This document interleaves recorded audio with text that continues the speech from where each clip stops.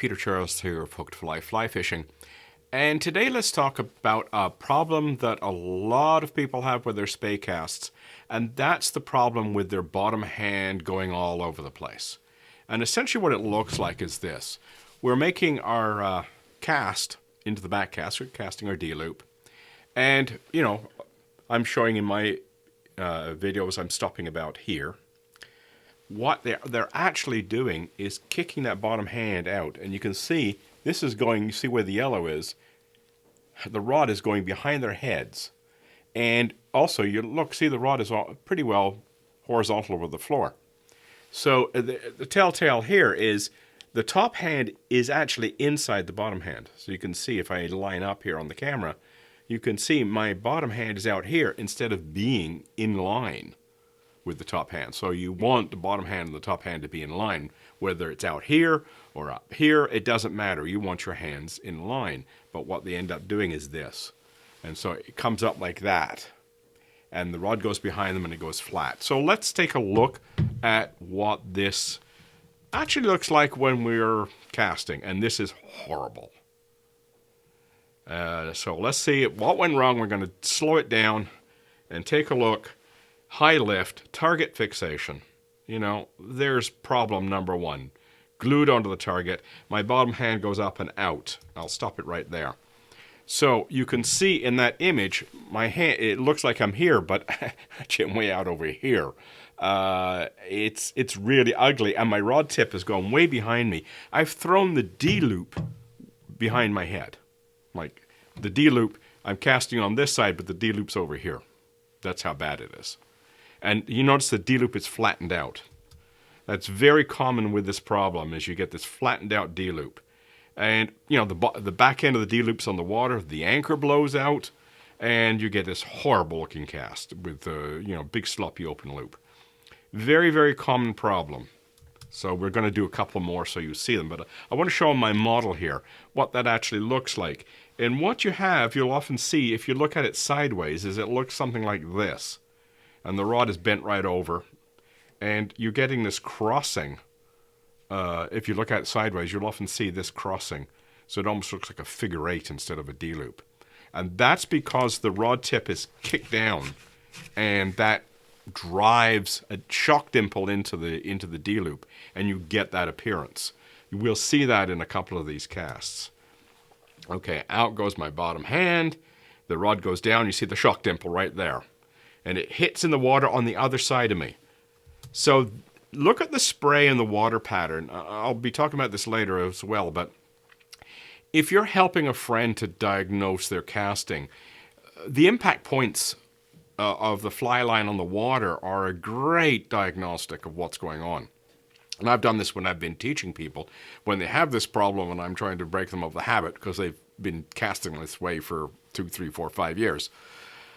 I tell them to look, so they're casting over here. I say, go look over there, and they turn, and there's the rings from where their point of their D-loop hit the water on that side of them. And I say, you know where your anchor came out? And I'll point out way back there, there'll be another ring where the anchor popped out of the water. So it's supposed to be coming out of the water over there, you know, that 45-degree angle roughly, rod length away. Instead, it's way back over there. And those flies are just going zipping by their ears when they're doing this as well. That's the scary part of it. So you can see the spray coming off. It gives you a good diagnostic of this. See the flattened D-loop? And you see the shock dimple rolling down, and bang, shock dimple hits the water. See, a whole D-loop goes on the water, and it is brutally bad. Here's the kinking I'm talking about. Back up so we have the arrow. There we go. See that shock dimple in there? Boink, boink. That's a classic diagnostic of the rod tip kicking down, which is caused by the bottom hand going up like that. And it drives the rod tip down towards the water, and it drives the D-loop down towards the water. So that's what this problem looks like, and it's very, very common. And a lot of people have it to varying degrees. So how do we deal with it? Well, the first thing is stop watching the target. I'll say this over and over again. I'm a broken record. Don't look at the target. Stop being target fixated. It's this problem of You know, that target's going to run away if I don't watch it. It causes so many problems. And it's the root of pretty well every casting problem there is people just glued their eyes to the target. So if you watch the anchor, okay, that's one of the cool things, just watching the anchor, just turning your body, it starts to get really awkward to do this. So what you're doing is you're putting your body in a position that makes the flying bottom hand more difficult to pull off because you've got your body turned. And if you're having trouble and you can't stop doing it, track your rod tip. Because if you can see your rod tip, it's not back here, okay? So if I can see it over there, I know I'm in good shape. And so if you can watch your rod tip all the way back and all the way forward, you won't do this.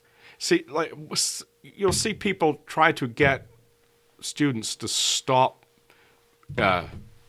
casting like this with the bottom hand way out there, and they're telling them to leave their bottom hand down, and they're giving them hand instructions. It doesn't work. Yeah, if you've been casting that way for 2, 3, 4, 5 years, somebody just telling you to keep your bottom hand down is not going to do anything. Watching your rod tip, however, automatically puts your hands in the right place without you thinking about it. So you make your lift, you track your rod tip, and you come back down again, and your hands are automatically in the right place. So just the mere fact of watching your rod tip corrects everything. So if you're trying to get out of the habit of, kicking up your bottom hand, get out of watching the target, watch your anchor, and then you can transition into watching your rod tip. So your fly comes up, down, up to the rod tip. Okay, it's over there. It's nice and safe. It's where it's supposed to be. And then make your cast. That breaks you out of the habit right there without you having to do anything else. So, no target, watch the anchor, up to the rod tip, watch the rod tip going forward, bang, cast made. So all you have to do is remember to look and not, be glued to the target, like, oh my Lord, if I don't start watching it, I'll never hit it. That target fixation screws up so much. And remember, if you're trying to do diagnostics, and you're trying to figure out what's going on and you're by yourself, it works if you're on a relatively smooth piece of water that's slow flowing. This is a great place to practice. Turn around and look at the water disturbance behind you. You'll see exactly where your line went. You'll see where the anchor came out, where that kink in the D-loop touched down. You'll see the big curve where you ripped the line off the water. It's all written in the water, and you'll be able to see what's happened. And it should be just an airplane landing, a little zip of line right here. And you got that big arcing spray behind you, all that water disturbance behind you, the blob where the anchor came out. It's all written in the water. So keep that in mind. Look behind you to see the damage done to the water. And if you want to get out of it, just watch the rod tip. That's all you have to do. Get out of that habit of being eyes glued to the target. It just ruins so many things. So keep that bottom hand where it belongs, in line with the top and lower, and you'll have a great cast. Cheers.